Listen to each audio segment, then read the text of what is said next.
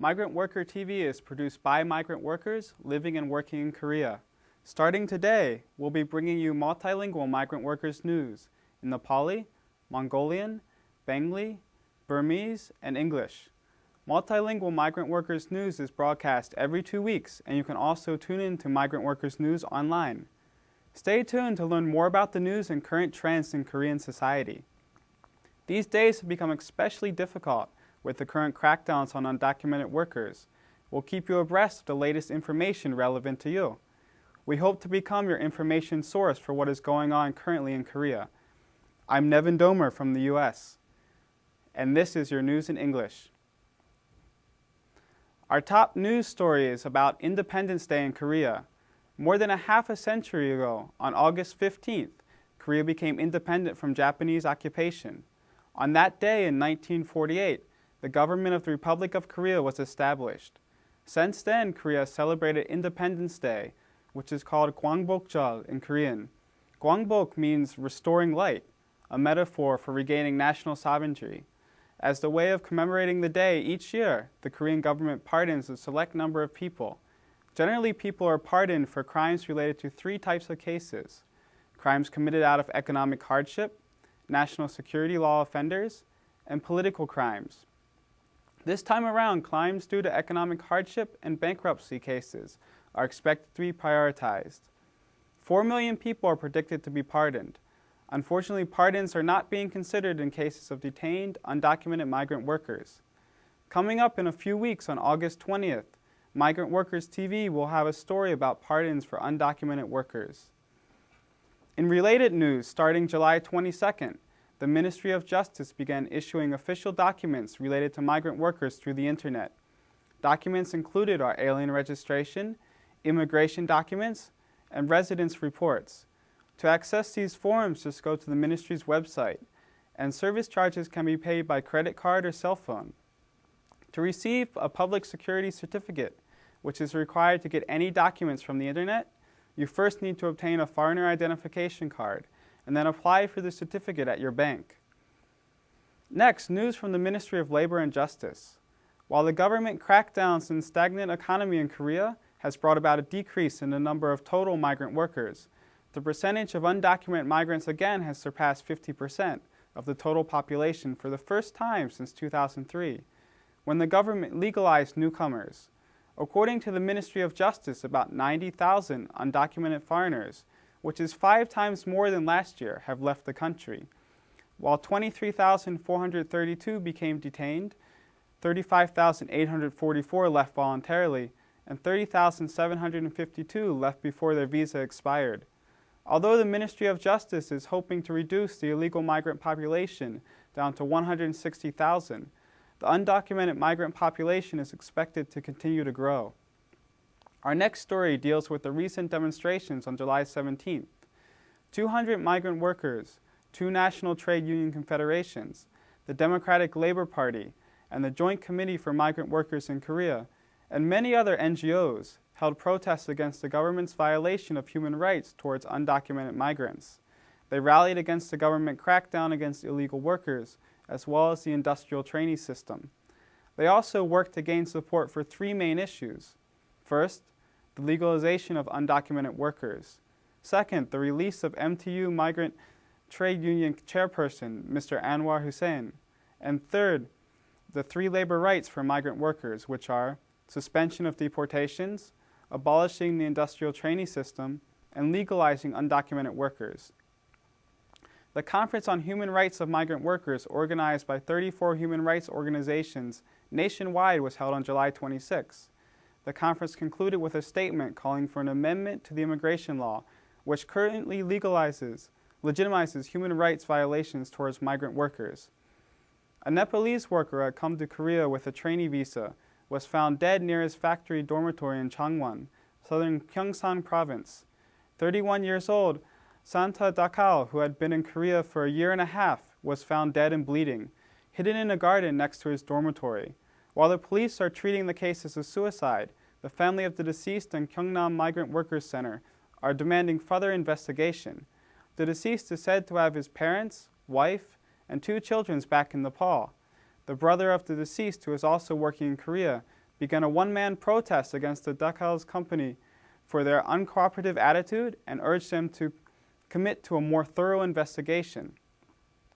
In other sad news, one female Vietnamese migrant was seriously injured when she threw herself from the second-floor home in order to avoid a police raid. The injured woman was immediately sent to a detention center without receiving any medical treatment, which again raised concerns of human rights violations. In response to this, the Immigration Office stated that the guarantee of a sponsor as well as 3 million won were required to secure a temporary release. Representatives for this case made a public statement criticizing the Immigration Office for their handling of the case, as well as urging them to take responsibility for the two women's condition and covering their medical costs. However, Busan immigration officials have refused these demands. Police have caught 3 industrial trainees who broke into a number of houses and stole 70,000 worth of cash and jewelry.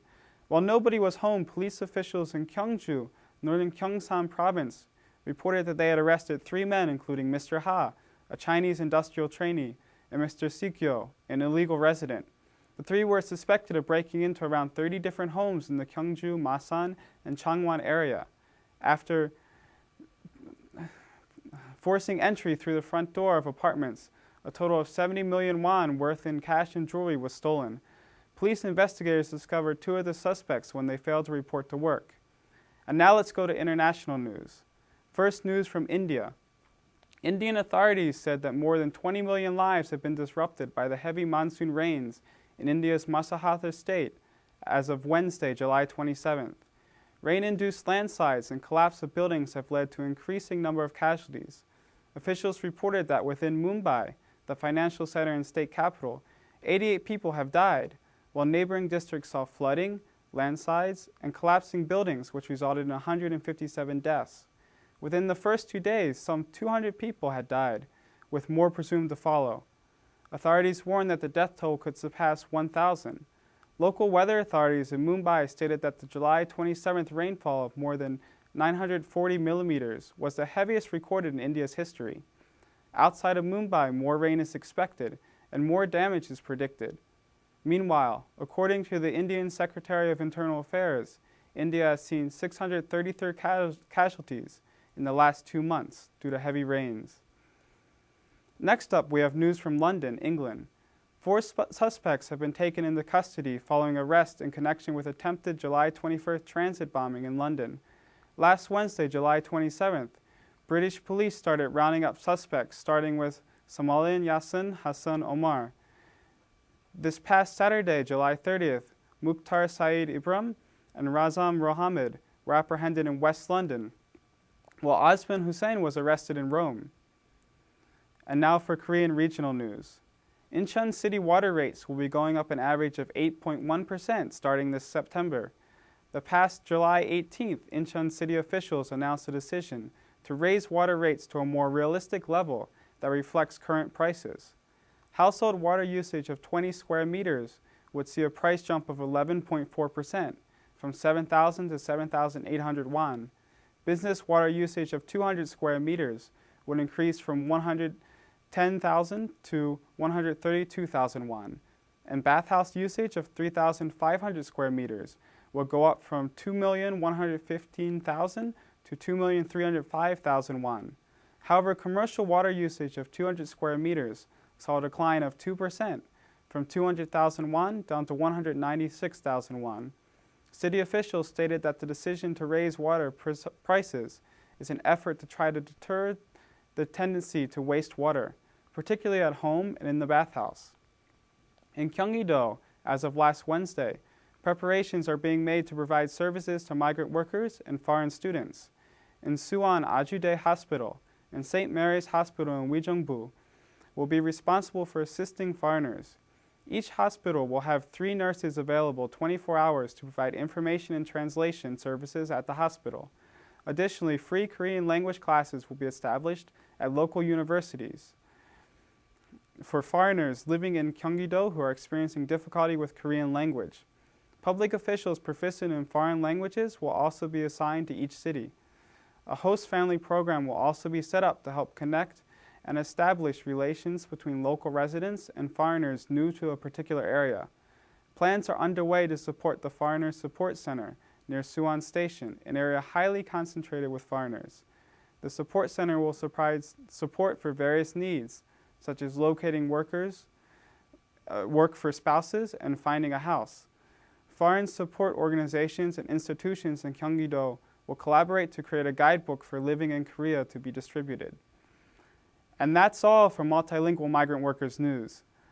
Multilingual Migrant Workers News is broadcast every other week. You can also watch news on our website at www.mwtv.or.kr. We hope you'll tune in. We'll see you again in 2 weeks. Until then, goodbye.